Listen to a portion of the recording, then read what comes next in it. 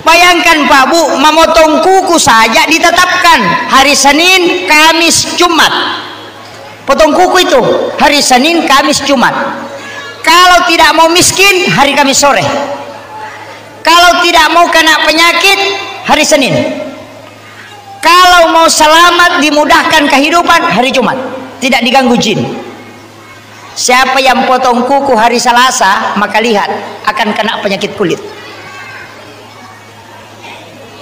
Potong kuku hari Rabu Pak, itu kena penyakit menular.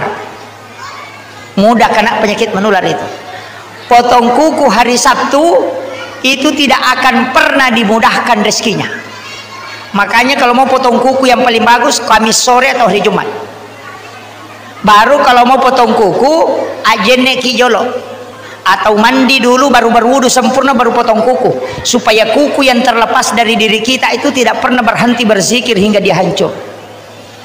Karena dalam keadaan suci, itu sunnahnya.